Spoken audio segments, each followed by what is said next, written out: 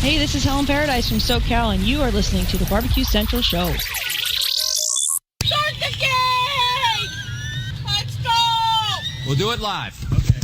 Well, do it live! I'll write it and we'll do it live! So to get that perfect barbecue, you use wood. Are you sure it's safe? Whatever. We put the lighter fluid on, strike the match, and... Oh! Should we call the fire department? That might be a good idea.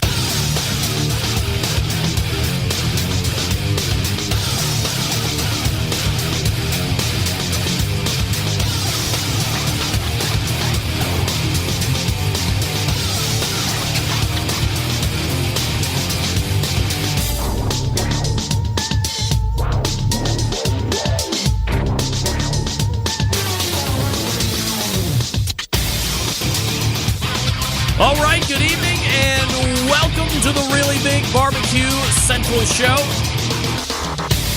This is the show that talks about all things important to the world of barbecue and grilling, originating from the Rock and Roll Hall of Fame city of Cleveland, Ohio. It is the barbecue capital of the North Coast. I'm your program host, Greg Rempe. Happy to have you aboard here on your Tuesday evening. Lots of ways to get in touch with me. If you want to jump a phone call, let's do it. 216-220-0966. If you would rather forego the touch tones and send me an email, this is how you do that. Get in touch with the show by sending an email to greg@bbqcentralshow.com or on the Twitter and Instagrams at BBQ Central Show.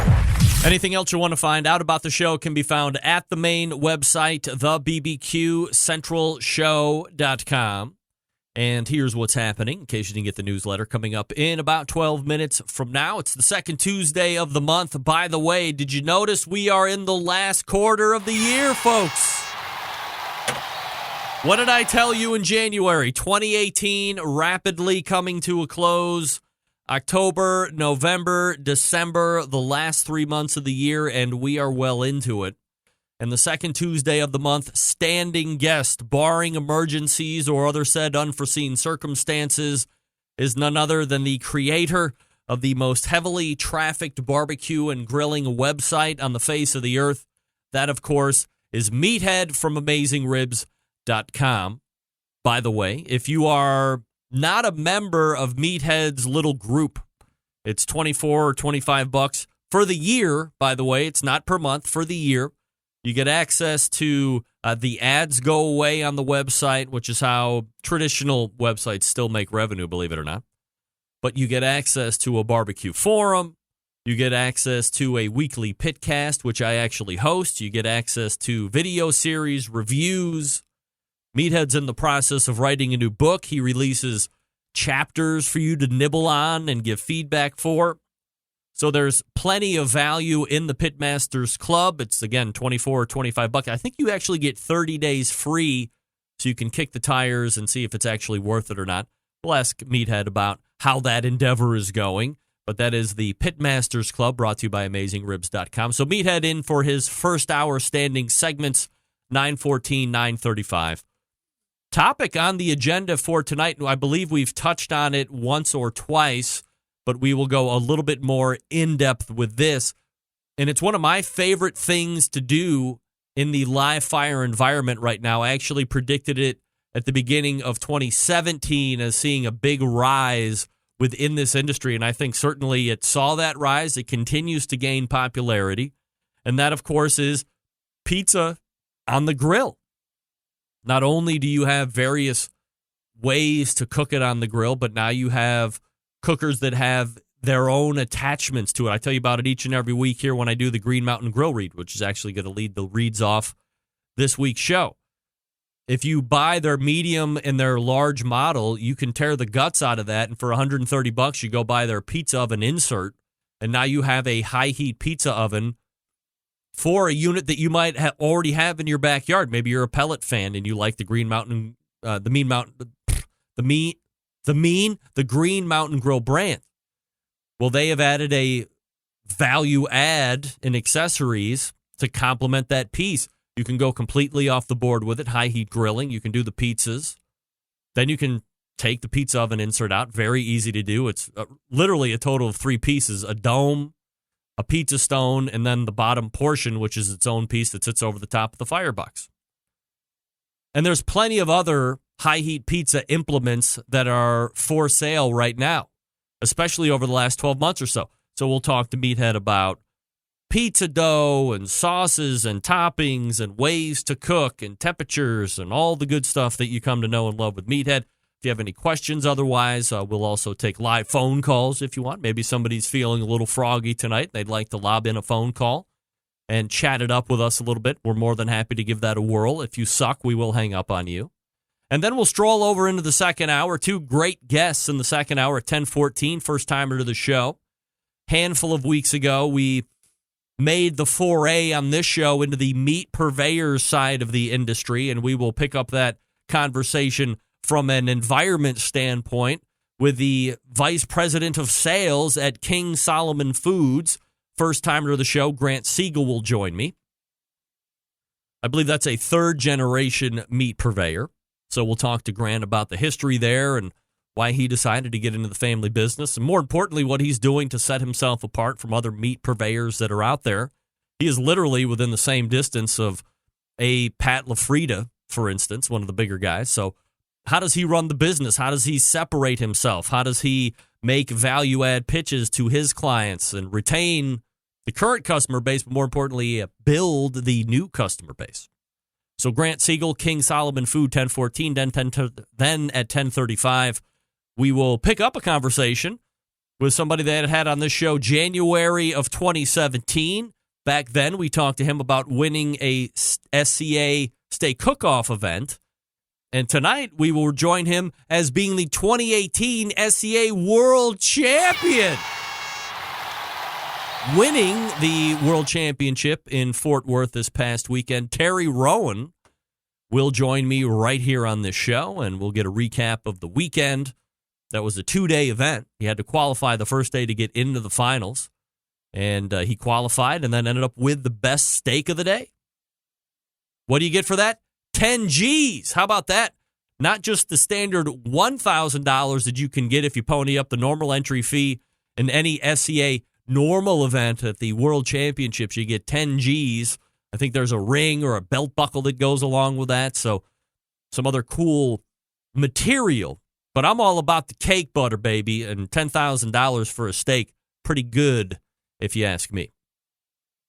So that's what's on tap for you this evening. The 2018 SCA World Champion, Terry Rowan, Grant Siegel, 10:14, Meathead coming up out of the break. Your phone calls and emails as well. Are you following me socially? Please do that while you have a chance. Follow me on Instagram and Twitter, both of the same handle, at BBQ Central Show. If you watch me here on the live feed on Facebook, obviously you have that bookmarked as well.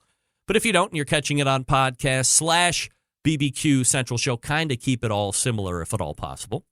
So do me a favor and follow me socially. I try to bring extra value to you if you follow me because I appreciate the followers. I'm not buying followers yet.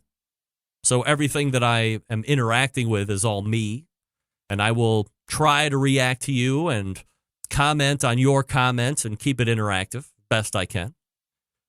I do want to mention this. The Bubba Burger contest update. I do not have a winner, and I apologize. I got run up in a bunch of other stuff over the weekend, not the least of which was the 30-plus pork butt cook that I had for 2018 senior year HOCO for Villa Angela St. Joe's. But I will get to that hopefully this week, and I will get you a winner of a shirt, a hat, an apron, and most importantly, the free voucher. So if you did leave me a iTunes review and feedback, first, I appreciate that you took the time out to do that, and I will have the dates locked in. So if you did it before, I believe it was September 31st or whatever that following day was, if you left it in the right time period, you will be included. And we'll do an Instagram Live showing the names that are available to win, and then we will Instagram Live the actual winner, and I will announce it on this show, hopefully next week. Next week's show up in the air just a little bit, but I won't get too deep into the weeds on that at the moment. So that's what's happening with the Bubba Burger contest. I will get that updated and get you a winner shortly. Got an email from Chris Mack. Greg, I know you get a lot of these. I want to thank you for a great show. I catch it mostly on podcast due to my work schedule. Your show has helped me a ton. It has refired my passion for outdoor cooking again.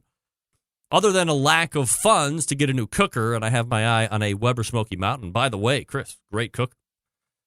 The tools that I have in your show have helped me raise my game. Thank you for always being approachable on Facebook and on Instagram for any advice, especially those grill grates. Thanks again, Chris. Chris, thank you for emailing me, giving some love to the show. Do I get a lot of those? I get some of those, but I certainly wouldn't say a lot. So everyone that I get, I'm happy to read. Makes me feel good. Makes me know that the show is lending value, whether it be through education, entertainment, or both. So thanks for writing in, Chris, and being a loyal Centralite. All right, I will talk to you now before we get to Meathead about those Green Mountain grills that I was just telling you about. Green Mountain grills are spectacular. There's 3 different sizes to choose from. Let me address the bigger ones at the moment. The Jim Bowie, that's the biggest one currently on the market. You can do, if you're not doing pans, you could probably do damn close to 8 or 9 pound pork butts in there without really messing up any airflow. If you're going to pan them, a little less than that because you're taking up a little more surface area with those aluminum pans. You can do probably 4, 5, 6 racks of ribs on there, St. Louis style if you want. They have some accessories to help you expand the cooking area with the Jim Bowie, but the Jim Bowie is the biggest, and if you have a big family, probably something that you might want to look into. If you're a little bit smaller scale, the Daniel Boone is probably right up your alley. Very popular amongst the 3 and 4 person households. Maybe you're not going to cook a lot of barbecue, but you want something that gives you that wood pelletability. The Daniel Boone is perfect for you. And as I had mentioned just a couple minutes ago, if you're into pizza, if you want to get into the pizza craze, get that pizza oven insert that goes in either or both the Daniel Boone or the Jim Bowie. And now you can make the Neapolitan pies. You can make your own crust if you want to. Pizza party on Friday and Saturday and Sunday, yay! Every day of the week if you want. So easy, so fun. Everybody makes their own. Real easy to do. 2-3 minutes, depending on where you have the temperature set at, man, they're ready to go. Then you have the Davy Crockett. Folks, we're headlong deep. Is that even a saying? Into NFL football season, obviously, the college season as well. That's all about tailgating, and nobody wants to be messing around with charcoal grills and all this stuff. They take forever to cool. What am I going to do with my hot coals? They're still hot after I come out of the game. Davy Crockett is a great way to fix all of that. Certainly it's portable, but you're not sacrificing a tremendous amount of capacity because of its portability. And it's going to cool down real quick. You shut it off, 25 or 30 minutes before you go into the game. I would hazard a guess and say that it's going to be extinguished and cool, especially if you leave the lid open to help cool down. You can pop it in the back of your van, truck, and SUV, and you're ready to go. Also, if you don't have access to the traditional power outlet, you can run it off of a 12-volt adapter from your car, truck, van, or SUV. I just said that. And again, pellet convenience and flavor. Come on, greenmountaingrills.com. That's greenmountaingrills.com. Longtime sponsor of this show, chasing down Jason Baker as we speak for another interview to get us updated. And I will keep you updated on that. Anyway, Meathead coming up out of the break. Stick around. We'll be right back.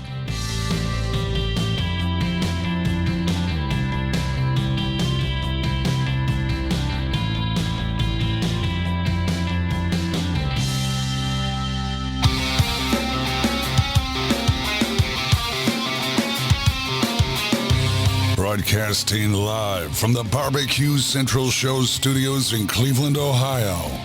You're listening to the Barbecue Central Show. Once again, here's your host, Greg Rempe. And this portion of the show is being brought to you by Butcher Barbecue, makers of award-winning injections, marinades, rubs, seasonings, barbecue sauces, grilling oils. All of Butcher Barbecue products tested on the competition circuit. As we all know, reserve grand champion at the American Royal Open this year. So you know they're working. He uses all of his own products. So all you have to do is head over to butcherbbq.com and stock up now on all of his cool stuff. Yeah. Hey, the second Tuesday of the month brings a visit from the creator of the AmazingRibs.com website. You know him, you love him. And I just call him Meathead. How about that? Hey, Meathead. Hello, Greg, and hello, Centralites. Always good to be back talking to you. I know I'm going to have fun tonight. Well, Meathead, we have a great topic. I believe we've delved into it a time or two, maybe at more of what I would call a high level, but we'll get into the guts here a little bit more this evening. And that, of course, is pizza. But before we get into the topic du jour, which is the topic of the day, I want to bestow upon you something that maybe you just recently found out about, and I say that tongue-in-cheek because I just told you about it. But yeah, you told me today. The end of last month, at the end of the month, I have my embedded correspondence segment.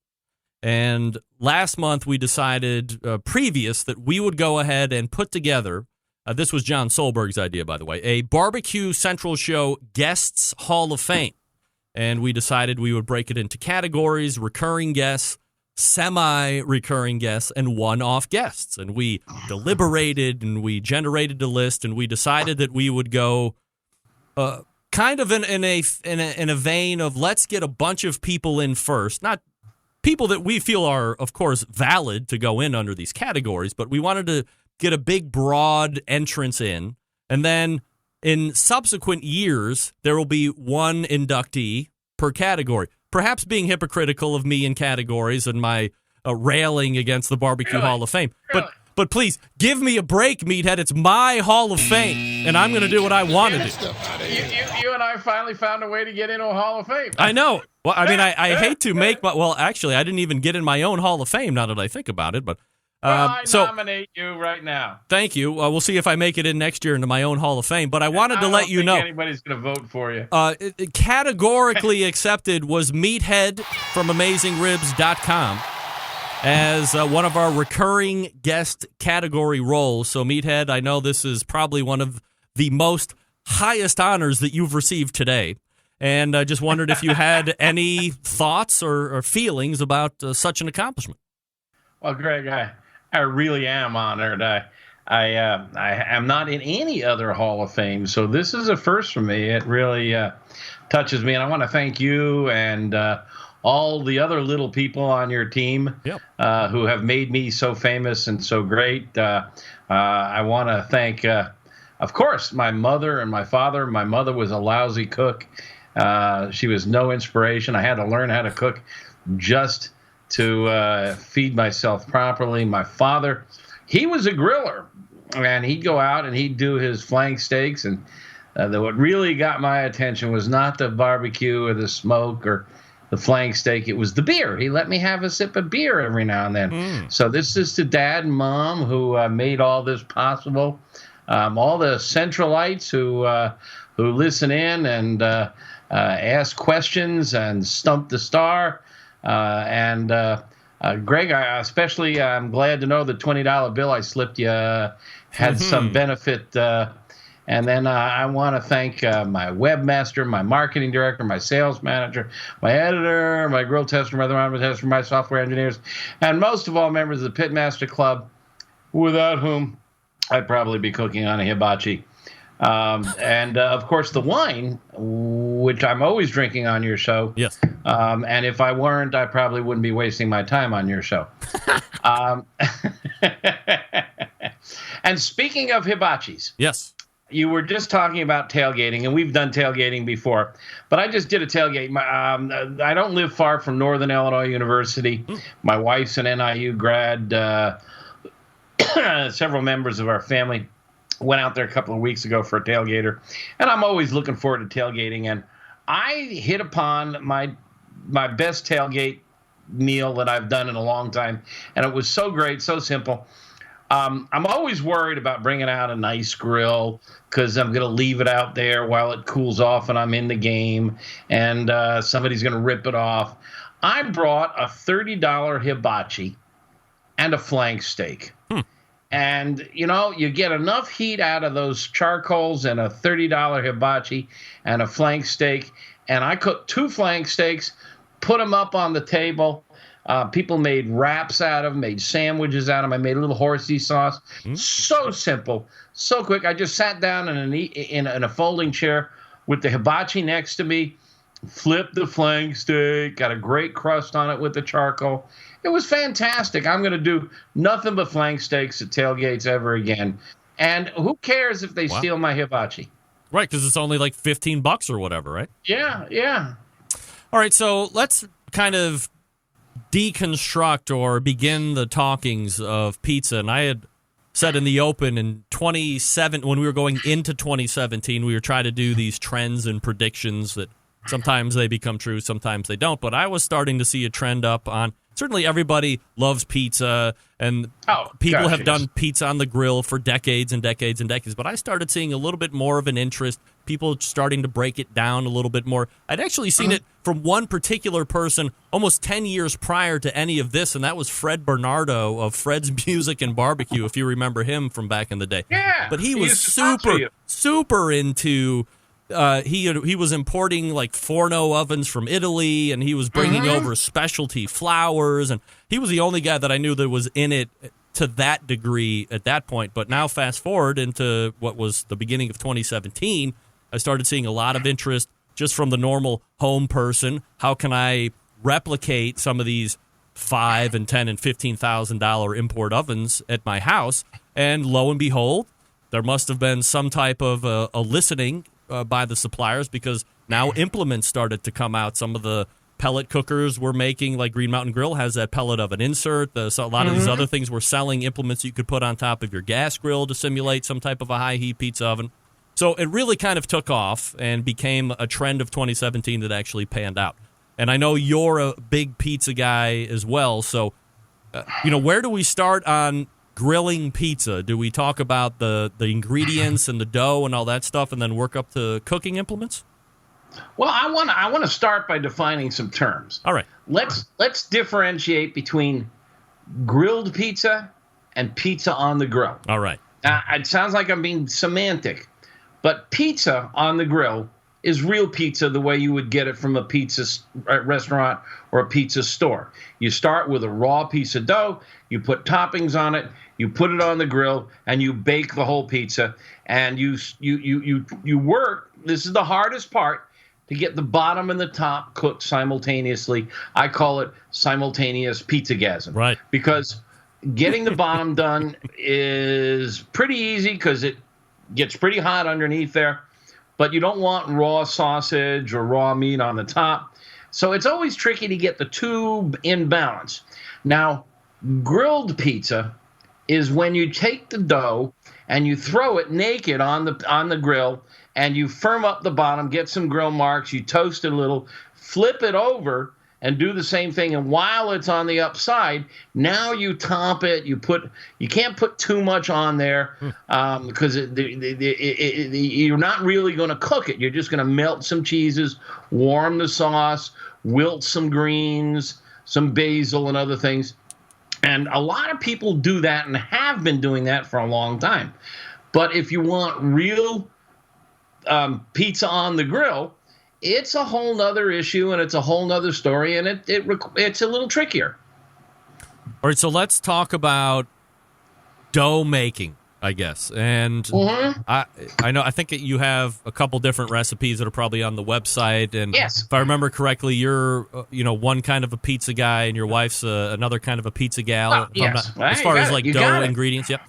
Now, admittedly, I have a spectacular Italian grocer that's 10 minutes from my house, and I can show up there, and they have pre-made pizza dough balls, and they're 99 cents. And what I have found is I can take that ball, let it come up to temp, I can cut it in half, and it actually, when I roll it out, it makes the exact size pizza that I want. So for 99 cents, I can get 2 pizzas out of it, crust alone before sauce, toppings, and all that stuff.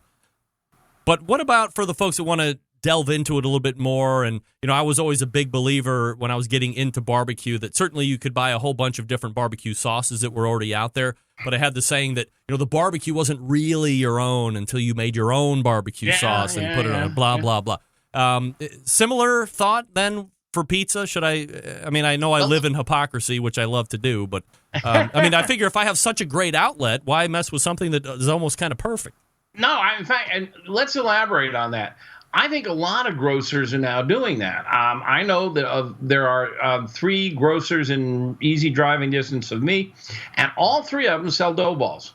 And they're made every day or 2, and they're excellent. They're just excellent. They're really quick and dirty. You bring them home, you cut them in half like you do. Usually they can be cut in half. You can pull it out, roll it out. You can do the steering wheel stretching. I mean, if you can want to flip it around, you can do that. I haven't ever had the guts to do that. And they make great pizzas. And if you read the ingredients, they're done right. They're just flour, water, yeast, maybe a little oil, maybe a little sugar. Those are optional ingredients. So there are a variety of dough styles out there. The most classic and the original, and it's relatively new to the U.S., is the Neapolitan dough. And that is the one from Naples, Italy, and that's just flour, water, and yeast. And they even have a society. If you are a member of the society in a pizza restaurant, that's all you're allowed to do. And it's really simple. It's a big poofy dough. It's soft in the center. It doesn't get really hard on the crust. And it really is a lovely dough, lovely bread. In Rome, they tend to add a little more oil to the dough. And when you add a little oil to the dough, you can get it a little crispier. You can get a little crunchier. It's a little stiffer in the center. And then there's, the thicker doughs, the grandma style, the Sicilian style, the Detroit style. I've got a whole article on the website that breaks down the different styles of pizza from around the world. But 2 dough recipes is pretty much all you need. You can try both of them. I've got a Neapolitan and a Roman. The Neapolitan is based on a recipe from the famous baker Jim Leahy. It's a no-knead dough. We've done very little to change it. I've added a little pinch of sugar to get it rising a little faster. But it works beautifully on the grill. And then the Roman dough is my wife's recipe, and she's been doing it for years, and it's got a little oil in it. So you can try them both, or just buy from the grocery. But there's no need to buy these pre-cooked doughs anymore. There's no need to buy. What's the brand name? Boboli. I forget. The Boboli. The Boboli, that's it. Yeah, I mean, there's no need to do that. Get yourself a raw dough. It's baking bread. It took me a while to get comfortable with it. I've always had fear of flour.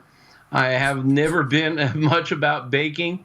But if you're going to try, pizza dough is so easy. So let's talk about that flour for a second, because I know you said it's one of 3 ingredients depending on what kind of a pie you're going to make. But I've also heard that you need, is it like single zero or double odd or something like that? Double odd. So, I mean, where is necessity or where does snobbery start to come in? Yeah, there's a lot of debate over it, and there's a lot of back and forth. And they get into the hydration, how much moisture, and you can go nuts on this. My editor, AmazingRibs.com, actually has an editor. Now, we've had one for a year now. Cookbook author of some fame on his own right, David Joachim. He just co-authored a book called Mastering Pizza, and it just came out. And they go deep dive on all this. Really a good book. But double aught is what your classic Neapolitan restaurants swear by. But, all-purpose flour just works fine. There's some differences in how much protein in the flour. There's how much water you use, hydration. It's really not that hard. That you can go over the top with this. From a cooking or like a thickness standpoint, is there a thickness that you need to shoot for? And then the other thing that I see is you're rolling the dough out. Some people take this like a rolling pin, but it's got like little fingers and it leaves, divots into the pizza dough. Is that something that's a necessity? Taste is a matter of taste, and you're going to want to do it I think the pizza that we grew up with as kids in our neighborhood on Friday night when it was pizza night, and Dad and I loaded into the car and ran to the neighborhood pizza joint and brought home pizza, and we had pizza, and I loved it, and everybody's done something similar. That's the pizza that is in your head. That's the platonic ideal of pizza, and we try to replicate it. So, I mean, if you like thick crust, that's what you want to do. If you like thin crust. So if you like thick crust, when you get that ball from your neighborhood grocer, instead of splitting in half, you leave it whole, or you cut a little less off, and you just make it thicker. And you have to adjust your cooking temperature and your cooking time, perhaps. A lot of this is done in a pan, a square pan. For the thicker ones, they call them Sicilian or grandma pizzas. In Detroit, they actually edge them with cheese, so it gets crunchy on the edges, which is fun. Yeah. There's a New York style dough, which is similar to the New Haven style dough. These are minor variations, and you can dive deep into it if you want to get into it. It's like barbecue, Are you going to use apple or cherry? Are you going to use bark or no bark? But it ain't hard to get started. I mean, everybody remembers when they got started, and the first time they smoked up a pork butt, and oh my God, how wonderful it was. And now you're down to, what are my injections, and what kind of rubs, and do I spritz, and all that stuff. That's the fine tuning. Let's talk about cheese first before we get into the first break, and then we'll talk about sauce toppings and then the actual cooking implements themselves. I happen to be fairly chummy with a known pizza expert within the barbecue sphere, and his name is Matt Frampton, and he likes to use the Green Mountain Grills quite a bit. And he told me one time, when you get the fresh mozzarella balls, if that's what you're going to use, either solely or in part on your pizza, take the ball out, put it in paper towel and squeeze it and take all that water as much as you can out. He even lets it sit on a rack and dry out a little bit, because he said any moisture that's going to leak out onto the top of that pizza is, that's kind of where you end up with runny pizza. Same kind of for the sauce. So, like both of those. Well, sauce is usually not a problem because sauce is fairly thick. Where you also run into problems is when you put your classic pizza margherita, which is the simplest of pizza, and absolutely one of my all-time favorites. For sure. It's usually just tomato slices, not sauce, just tomato slices. And tomatoes are very wet inside, and that stuff runs. And it can make your dough wet, and it can slow the cooking. You don't want gummy, uncooked dough. You want bread, so getting the moisture out is problematic. I often use aroma, which is the egg-shaped style tomato. Your San Marzanos are similar. And I'll cut the end off with the stem, and I'll squeeze the jelly out. That's a lot of the liquid. I hate doing it because there's a lot of flavor in that jelly. Yeah. But it just makes the dough too wet. And then I slice up the mealier parts of the tomato and put them down. But yeah, and if you get fresh mozz, which I love, and the buffalo mozz, which is made from water buffaloes, not cowboy buffaloes. Get that moisture as much as you can out of it. Otherwise, your dough won't cook thoroughly. But again, it's not the end of the world if there's a little moisture on there. And here's a tip. When you order carry-out pizza from your local restaurant, tell them not to slice it. Not to slice the pizza? Not to slice it. If they slice it, the moisture on the surface goes down through the cracks, gets underneath, and softens the crust. So you get soggy crust. When I order out pizza, we fire up the oven. I put a pizza stone in the oven. I get it hot. I run out. I get the pizza unsliced, bring it home, pop it in the oven just to keep it warm, and then I slice it myself so that the moisture that I want a dry, crunchy crust. So get a good pizza wheel, and if you're ordering out and not making pizza, tell them don't slice it. Look at this. What advice you get from Meathead. You think it's just all barbecue and grilling stuff, but he's giving you don't have the people not cut your takeout pizza. That's absolutely fabulous. All right, Meathead, we'll be back here in just 1 second. We'll talk about some toppings, favorite toppings, and then ways to cook. Also, obviously, the pizza cooking implements that have come to market that you might be recommending. In the meantime, I will talk to you quickly about Southside Market and Barbecue. Attention, anyone who loves sausage and barbecue. Established in 1882, Southside is the oldest barbecue joint in Texas. And they've been owned and operated by the same family for 3 generations, famous for the original beef sausage, which if you haven't had, come on. That would be really good on pizza too, by the way. Coarse ground in a natural pork casing. They also have authentic Central Texas barbecue, all meats, including the prime briskets, slow smoked for many hours over real Texas post oak wood.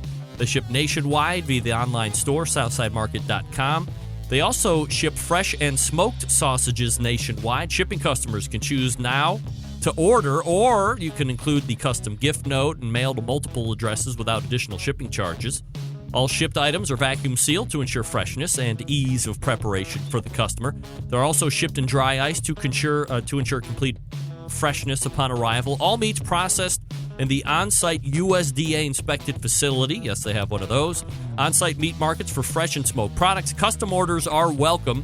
2 restaurants to try out if you're around the area. Elgin, Texas since 1882 and Bastrop since 2014. Grocery distribution through Texas and many surrounding states. Here's the kicker. If you go to SouthsideMarket.com right now and you take a look and then you place an order, if you want 10% off the entire online order, all you have to do is enter promo code BBQ Central. That's one word, all lowercase. That's BBQ Central for 10% off your entire online order at SouthsideMarket.com. If you haven't tried the sausage slammers, try that. Again, the beef sausage, very unique in taste, very unique to Southside Market. Cheddar jalapeno sausage, too, by the way. If you're really into that kind of, oh, man, it's some of the best. All right, we're back with Meathead right after this. Stick around, be right back. Continuing to produce incredibly mediocre content in an exceptionally professional way. You're listening and watching the Barbecue Central Show. Once again, here's your host, Greg Rampey. All right, welcome back. This portion of the show being brought to you by CookinPellets.com, your number one source for quality wood pellets. For all those pellet-driven cookers, you can visit CookinPellets.com for more information, to check out flavors, other accessories, or to purchase. If you don't like that, you can go to Amazon.com and purchase as well, whatever you like. That website is CookinPellets.com. All right, Meathead is here, and we're talking about pizza. We just got done talking about cheeses and sauces and all that stuff. Now, let's go ahead and discuss toppings. Meathead, this is obviously this is where beauty is in the eye of the beholder, of course. But, you know, for me, and I'm sure as my good buddy and Barbecue Hall of Famer Stephen Reichland could vouch, my palate is not overly cultured, is not overly broadened. There's been plenty of times when I have told him I haven't had this or had that, and it seemed like it was quite a shock. And when I come to pizza, I'm not that far outside of the fence either. I mean, my favorite pizza is pepperoni pizza, especially if you can get like a really good, I forget what pepperoni it is, but it's a little smaller. It's not like the big, thin cut, $half size. It makes these little cups.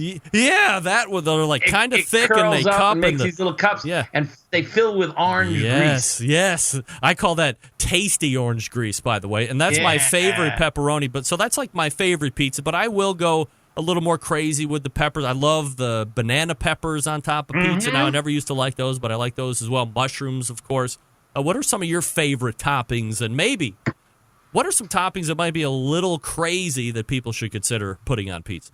Well, I don't know if they're crazy, but absolutely my favorite meat is capicola, which is a cured Italian. It's made from the shoulder, and you can get it's cut thin, and it's sort of a bacon-y, but it's not as salty as American bacon. And I just absolutely love it. I like it better than pepperoni. That's my second choice. I love Italian sausage. I'm not a big fan of the barbecue style pizzas with barbecue sauce and pineapple and chicken and stuff, but they're okay. I'm a keep it simple type of guy. I do like tomato sauce or fresh tomatoes. I love sweet red peppers. I gotta have onions. And my wife uses a 3-cheese blend that I adore. Asiago, Fontanella, and fresh mozzarella. And she also uses Parmigiano Reggiano, grated Parmigiano Reggiano. And she's got a whole routine. The Parmigiano Reggiano goes on first, and it just works. Her pizzas are stunning. If you pile it on too thick, you have the same problem of getting the dough cooked. You want to cook the dough because the dough will cook primarily from below.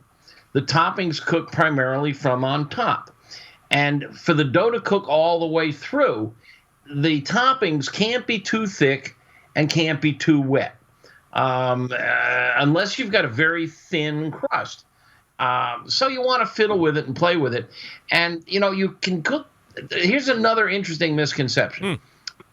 Wood-fired pizza ovens, they don't give your pizza a wood flavor. They don't give your pizza a smoked flavor.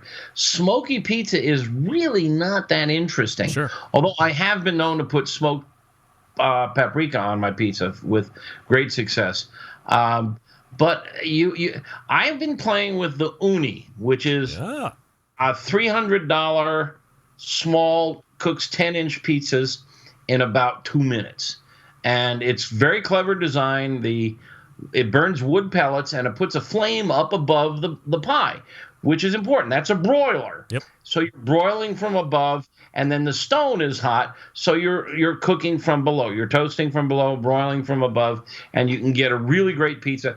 And at really high temperatures, that's when it forms these big bubbles, and also when the bubbles start to char a little, and underneath you get some black spots, and that's not burnt.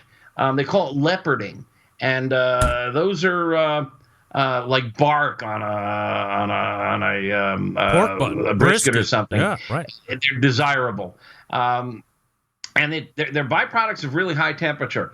I have had a great deal of problem with the pellet version of the uni.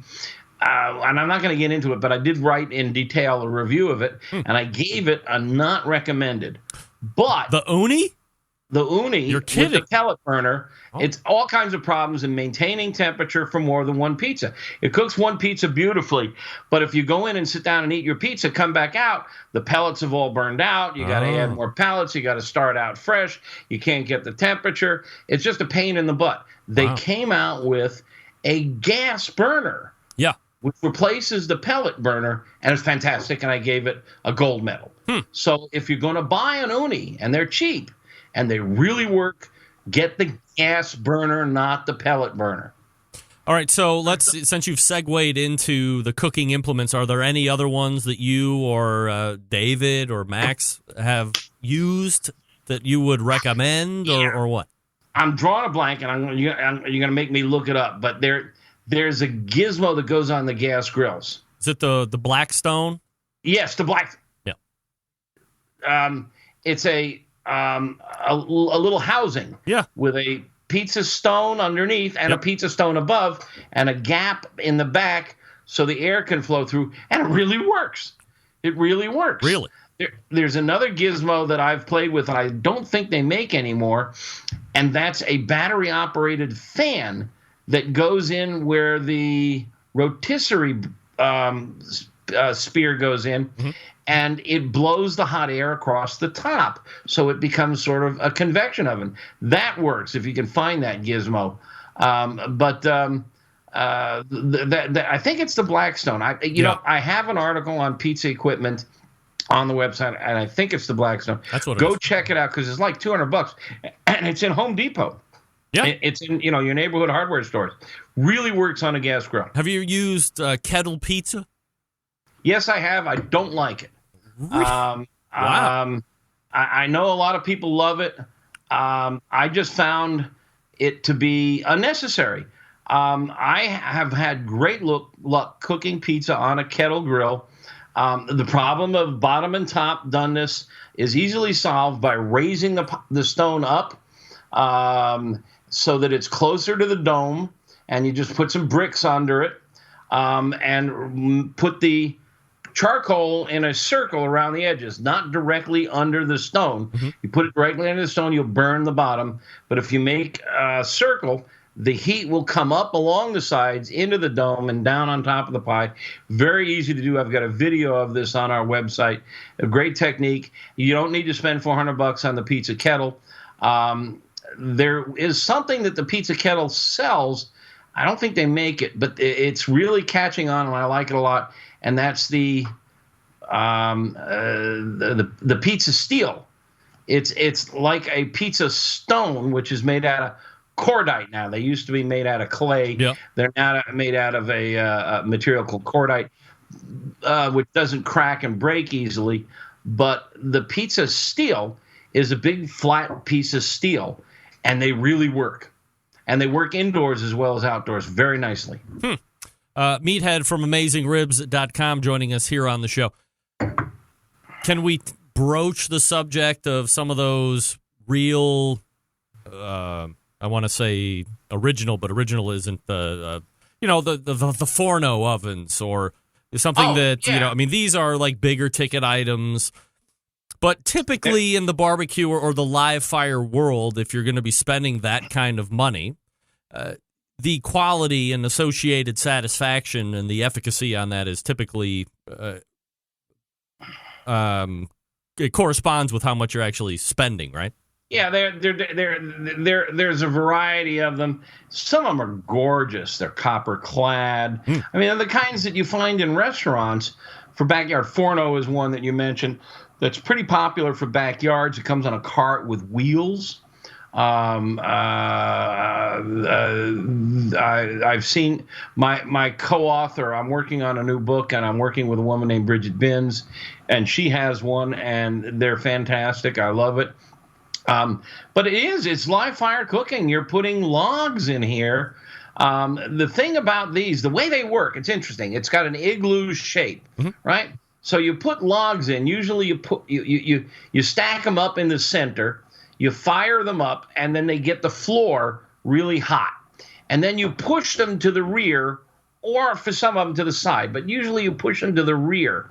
And what happens is in the back, the flame licks up against the top of the igloo, and that's the broiler. That's what cooks the top of the pie. The floor of the oven is this stone-like material. Sometimes it's cordite, sometimes it's real rock, slate, other types of materials, and that gets really hot, and that cooks the bottom. And in commercial pizza ovens, the chimney is at the front, not the rear, and so that encourages the flame to come across the top and the smoke to come across the top. Yep. The smoke almost never touches the pie. So you just don't get smoky pizza. And you don't want smoky pizza. That was one of the problems I was having with the Uni pellet burner.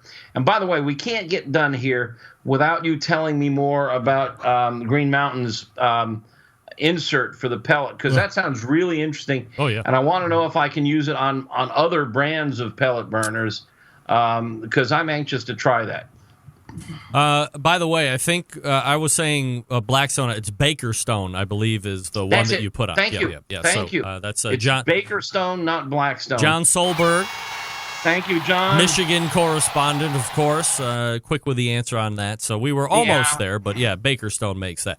So Thank you, John. Let me quickly tell you about the Green Mountain Grill insert. So if you have the medium or the large version, so that's Daniel Boone or Jim Bowie, you remove all of the guts of the thing and expose the fire pot.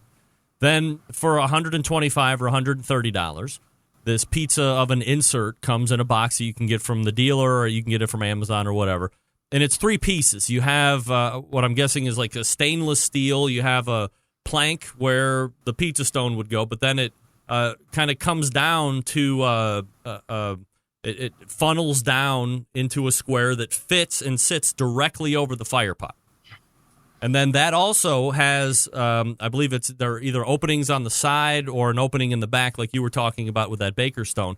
So as that heat is being forced up now the reverse of that pyramid, hits the back end where it escapes, and then it hits the dome and it forces it down. So it's a high heat pizza oven that runs on pellets. It's all sitting right on top of the fire pot. And what I have found is if you put your cooker at, let's say, 350 degrees, and then you shoot it with one of those pistols on the stone, it roughly doubles at the stone. So if you want a 700-degree oven, you put your cooker at 350 degrees. Now, Green Mountain Grill will go to a setting of 500 degrees, so I guess technically you could be cooking in that 1,000-degree range, which some people love to do. I found that once things That's way too high. Yeah, once things go sideways on 1,000 degrees, you can't bring it back. I've done every kind of experiment. For me, I have found the sweet spots around 650. Yeah, so I run mine at 325, so it's 650 at the stone. The stone. And it takes... The stone, because the Correct. air temperature and radiant heat from the stone, vastly different. I mean, the physics are very different. You measure the stone temp, and that I'm with you on that. Yep, so that gives me the crust that I'm looking for. It might take an extra minute, but I mean, if we're splitting hairs between 2 minutes and 3 minutes or 3 minutes and 4 minutes, I mean, it's no real big deal to me. And plus, it's no badge of honor to say that I'm cooking at 1,000 degrees or I'm cooking at 650 degrees. Both are pretty hot. And, man, it is such a great accessory for quite a minimal investment. Now you have not only a great barbecue machine, as the Green Mountain Grill is all on its own, but now it can be this own little pizza oven. We use it all the time on the weekends. Are you getting the tops well cooked? Or Yes. you getting, I mean, like if you put sausage on there, is it safe? Yes. Sausage is safe. Now, I guess in fairness, we also like pre-cook the sausage just for expedience sake, so it's getting a little bit of a reheat. But everything else that we've put on there that's been raw cooks fabulously well. No danger, and it cooks the top great. And as long as you don't get crazy with the cheese and because you get a little bit of that damp top, but that's more the operator than the machine itself. It really produces a great pie. Now, I have a Mac 2-star. I don't have the Green Mountain. Could I buy this and adapt it to mine? Yeah, I don't know what that status is right now because the way that the base sits on the lips of the Green Mountain Grills, the Daniel Boone and the Jim Bowie, I mean, that's kind of key because it does have, lips that allow it to sit properly. But, I mean, I would imagine, you're a pretty smart guy. You can engineer some stuff, probably wouldn't not be worth trying it out and seeing if you could retrofit it. And maybe that's something that they're looking into as well. I mean, I know it's been a gangbusters hit for Green Mountain Grill grills. I mean, there has to be some interest from some other people too, I would imagine.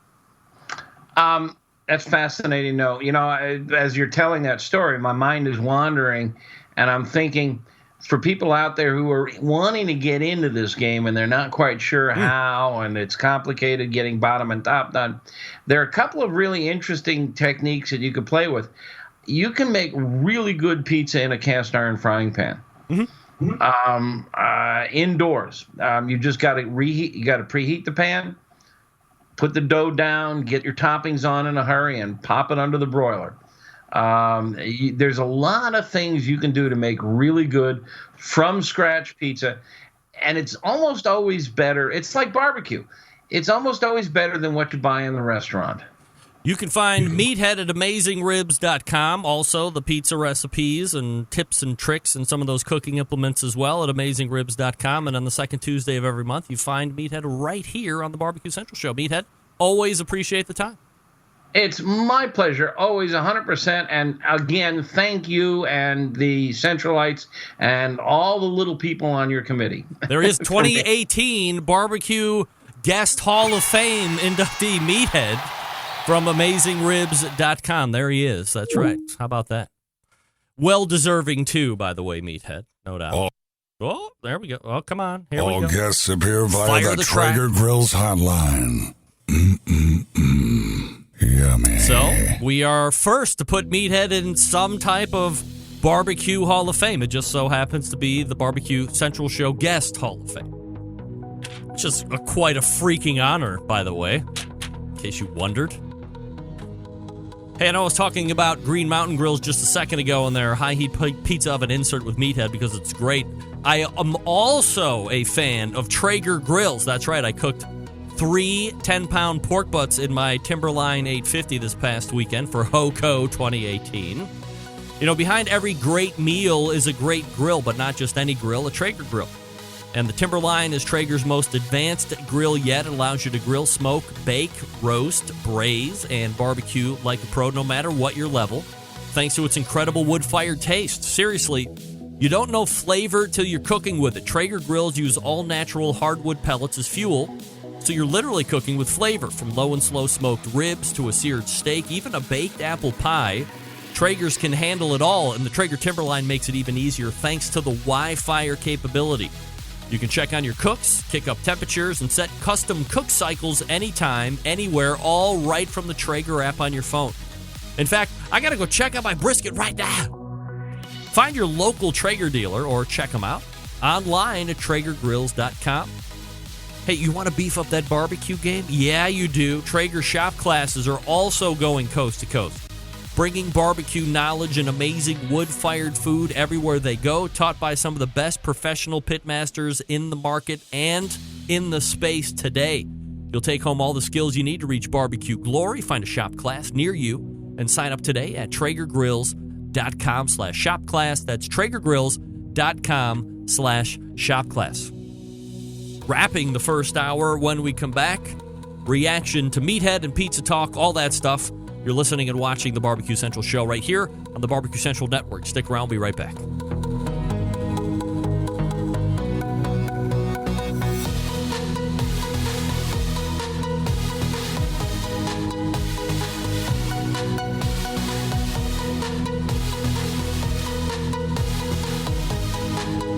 Cleveland.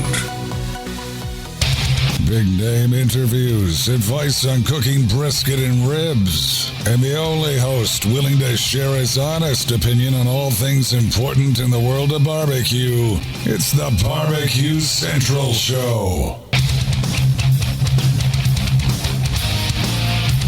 Welcome back. Email in from John Dawson. Subject, perfect pizza cheese blend. Remps, my ideal pizza cheese mixture. 2/3 whole milk mozzarella, 1/3 unsmoked provolone, and 1/3 fontina.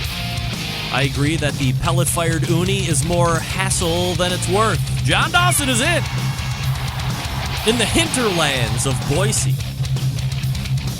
Say it right if you're gonna. It's not Boise. Boise. B-O-I-S-E. I think that's how you spell it. But anybody from Idaho that lives in that city, you say Boise, and they will jump your S right now. It's not Boise, it's Boise. Okay, that's why I say it right. You only have to tell me once. As somebody who has a last name that people struggle with all the time, I want to make sure I'm saying the right stuff.